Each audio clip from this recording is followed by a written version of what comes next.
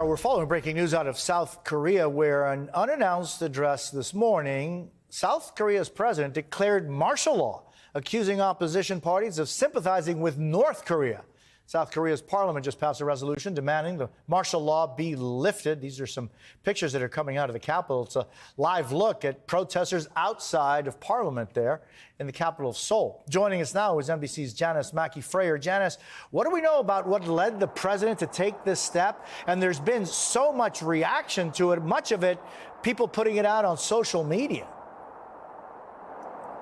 Well, this is a dramatic political move by South Korean President Yoon Suk-yeol. In this late-night TV broadcast, he said he had no choice but to resort to martial law in order to safeguard what he called free and constitutional order. He says it's to protect the Republic of Korea from the threat of North Korean communist forces and to eradicate what he called the despicable North Korean anti-state forces.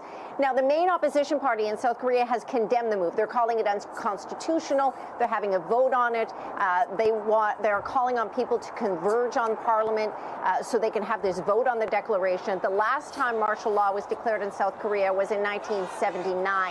It means that political activities are banned. Protests are prohibited. The media is being censored. You can see there are large crowds gathering outside the National Assembly building in Seoul. A live feed from Yonhap News Agency inside the building shows that people are gathering in there too. Police are around enforcing this decision. Special forces reported to be inside as well. Now, the world is watching this. The Biden administration says it's been in contact with the South Korean government, that they're monitoring the situation closely, but President Biden has yet to comment on this declaration of martial law. Things are moving quickly. There is a lot of public confusion, and we're likely to see that grow through the night. Jose? Janice, and I'm seeing here it's about 1:18 a.m. there in Seoul at this hour. But do we know what triggered this? In other words, to say that the opposition is, directly linked to the North Korean dictatorship, do we know what prompted the president to do this at this time? At this time, it seems the president was prompted by frustration. He's had difficulty in making any moves, in particular with the budget. He had tried to get a very pared-back, reduced budget passed through the National Assembly, and it was voted down. So this really is a last straw measure for the president in countering what he sees as opposition forces that he's attributing to North Korea and support for North Korea. What we also have to understand, I guess, the subtext or the context to the situation right now on the Korean Peninsula, Jose, is that unification is off.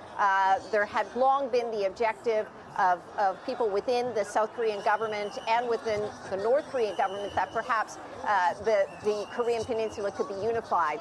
Over the past year, we've seen North Korea move more closely to Russia.